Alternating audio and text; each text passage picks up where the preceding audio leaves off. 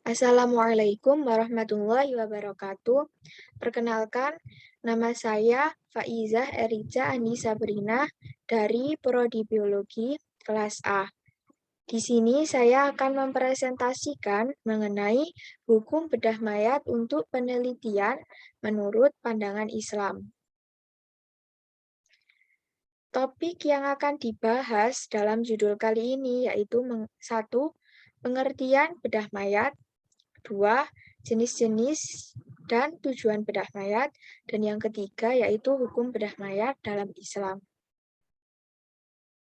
Pengertian bedah mayat atau autopsi.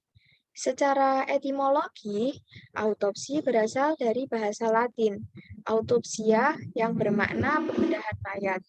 Sedangkan dalam bahasa Inggris disebut dengan autopsi, yang berarti pemeriksaan terhadap jasad orang yang telah mati untuk mencari penyebab kematian. Bedah mayat atau otopsi adalah suatu penyelidikan atau pemeriksaan tubuh mayat, termasuk alat-alat organ tubuh dan susunannya pada bagian dalam. Sedangkan secara terminologi, bedah mayat atau otopsi yaitu suatu penyelidikan atau pemeriksaan tubuh mayat, termasuk alat-alat atau organ tubuh dan susunannya pada bagian dalam, setelah dilakukan pembedahan atau pelukaan, dengan tujuan mengetahui penyebab kematian seseorang, baik untuk keperluan ilmu kedokteran maupun keperluan penegak hukum sebagai pengungkap misteri suatu hukum pidana. Yang kedua yaitu jenis-jenis bedah mayat atau otopsi dan tujuannya. Terdapat 3 jenis otopsi. Yang pertama, autopsi anatomi, yang kedua, autopsi klinis, dan yang ketiga, autopsi forensik. Yang pertama, autopsi anatomi. Autopsi anatomi adalah autopsi yang dilakukan oleh mahasiswa di bawah bimbingan langsung pakar dokter anatomi di laboratorium Fakultas Kedokteran. Hal ini bertujuan untuk mengetahui berbagai jaringan, organ, serta susunan tubuh manusia. Dalam autopsi anatomi ini, jenazah yang digunakan diawetkan terlebih dahulu, dan jasad yang digunakan adalah jasad orang yang tidak diketahui ahli warisnya, atau seseorang yang telah melakukan persetujuan bahwa ketika ia meninggal, tubuhnya dapat digunakan untuk kepentingan pengembangan ilmu kesehatan. Yang kedua yaitu autopsi klinis. Autopsi ini dilakukan untuk kepentingan penelitian dan pengembangan layanan kesehatan. Tujuan dari autopsi klinis ini adalah untuk melakukan diagnosis sehingga dapat menyimpulkan penyebab kematian seseorang. Autopsi ini dilakukan kepada orang yang telah meninggal di rumah sakit ataupun klinik kesehatan. Namun, autopsi klinis ini harus mendapatkan izin dari ahli waris korban. Yang ketiga yaitu autopsi forensik. Autopsi ini sering dilakukan untuk kepentingan penegakan hukum atau pembuktian di pengadilan. Hanya dapat dilakukan jika ada perintah pihak penyidik yang sedang menangani suatu perkara pidana yang berhubungan dengan kematian seseorang. Autopsi forensik ini dilakukan kepada seseorang yang meninggal secara tidak wajar, seperti pembunuhan, bunuh diri, kecelakaan, keracunan, ataupun seseorang yang mati secara tiba-tiba. Yang ketiga, yaitu hukum bedah mayat untuk penelitian dalam pandangan hukum Islam. Dalam Islam sendiri, tujuan hukum Islam adalah darul mafasidi wa jalbul masolih, yaitu mencegah terjadinya kerusakan atau menolak yang mudorot dan mendatangkan kemaslahatan ataupun kemanfaatan bagi umat manusia. Menurut Asy-Syatibi, terdapat 5 tujuan syariah atau makosid al-syariah, yaitu pertama, untuk memelihara agama atau hifz al-din. Yang kedua, memelihara jiwa, hifz an-nafs. Yang ketiga, untuk memelihara akal atau hifz al-aql, yang keempat, memelihara keturunan atau hifz an-nasl, dan yang kelima adalah untuk memelihara harta, hifz al-mal. Perkembangan ilmu dan teknologi semakin lama semakin berkembang, sehingga menemukan penemuan-penemuan baru. Seharusnya penemuan baru ini tidaklah bertentangan dengan hukum Islam, namun dapat membawa kemaslahatan kepada umat manusia. Sebagai contohnya yaitu bedah mayat atau otopsi untuk penelitian dalam bidang ilmu kesehatan dan kedokteran. Apakah hal tersebut bertentangan dalam hukum Islam? Namun dalam Islam, semua hukum haruslah berlandaskan kepada Al-Quran dan hadis. Namun, jika pada Al-Quran dan hadis tidak terdapat hukumnya dengan jelas, maka akan dilakukan ijtihad sebagai dasar hukum untuk menyelesaikan masalah tersebut.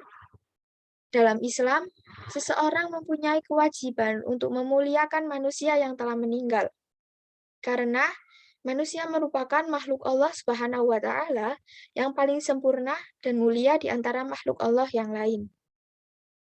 Seperti tertuang pada surah Al-Isra ayat 70, yang artinya, dan sungguh, kami telah memuliakan anak cucu Adam, dan kami angkut mereka di darat dan di laut, dan kami beri mereka riziki dari yang baik-baik, dan kami lebihkan mereka di atas banyak makhluk yang kami ciptakan dengan kelebihan yang sempurna.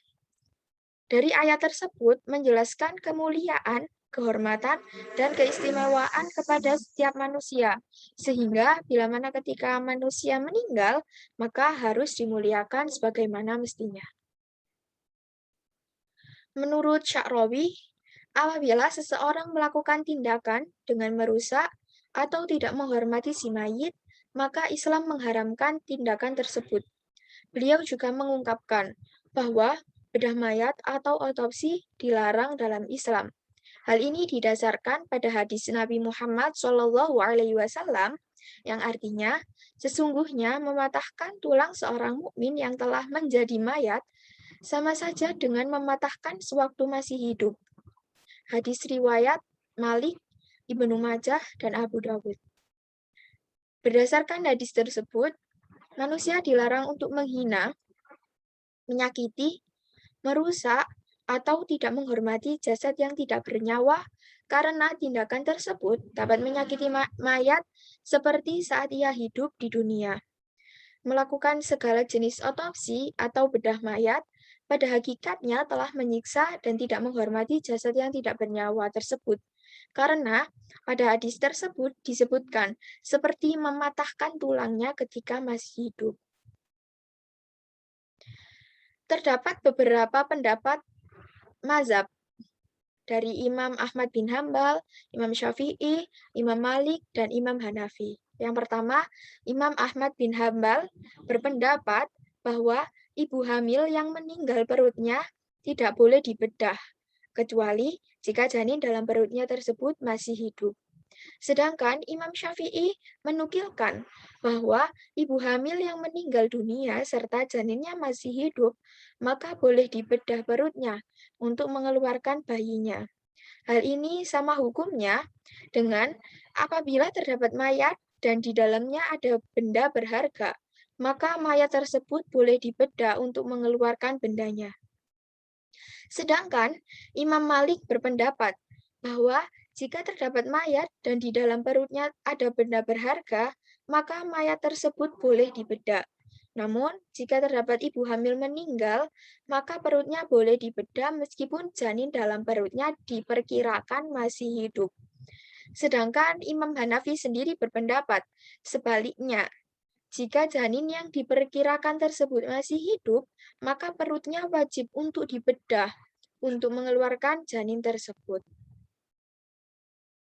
Dalam beberapa kaidah fikih menyebutkan bahwa suatu yang dilarang dalam hukum Islam dapat dibenarkan sekiranya terdapat suatu keadaan yang darurat. Terdapat beberapa kaidah fikih yang dapat dijadikan dasar bedah mayat atau otopsi, yaitu yang pertama, ad-daruratu tubihu al-mahdurati, yang artinya keadaan yang darurat atau genting membolehkan hal-hal yang dilarang. Yang kedua, ida ta'aradat mafsadatani au dororoni ru'ya a'dhamuhuma dororom birtikabi akhaffihima. Yang artinya, apabila terdapat dua kerusakan atau bahaya yang saling bertentangan, maka kerusakan atau bahaya yang lebih besar dihindari dengan jalan melakukan perbuatan yang resiko bahayanya lebih kecil. Dan otopsi dapat dilakukan demi kepentingan yang darurat, namun haruslah sesuai kadar kebutuhannya. Sebagian ulama kontemporer seperti Syekh Said Ramadan Al-Buti, Syekh Hasanain Makhluf, dan beberapa lembaga fatwa umat Islam membolehkan melakukan otopsi dengan tujuan untuk kemaslahatan di bidang kesehatan, keamanan, dan keadilan. Di Indonesia sendiri, berdasarkan Fatwa MUI nomor 6 tahun 2009 tentang autopsi jenazah menyebutkan bahwa segala jenis autopsi diharamkan dan dilarang dalam Islam, kecuali dalam kondisi darurat atau mendesak, maka autopsi tersebut diperbolehkan. Jadi, kesimpulan yang dapat diambil dari tema kali ini atau topik kali ini yaitu yang pertama, bedah mayat atau otopsi yaitu penyelidikan atau pemeriksaan tubuh mayat, termasuk alat-alat atau organ tubuh dan susunannya pada bagian dalam setelah dilakukan pembedahan atau pelukaan, dengan tujuan mengetahui penyebab kematian seseorang, baik untuk keperluan ilmu kedokteran maupun keperluan penegak hukum sebagai pengungkap misteri suatu hukum pidana. Yang kedua yaitu berdasarkan tujuannya, terdapat 3 jenis otopsi dan tujuannya, yaitu 1. Otopsi anatomi yang bertujuan untuk mengetahui berbagai jaringan, organ, serta susunan tubuh manusia. Yang kedua yaitu otopsi klinis.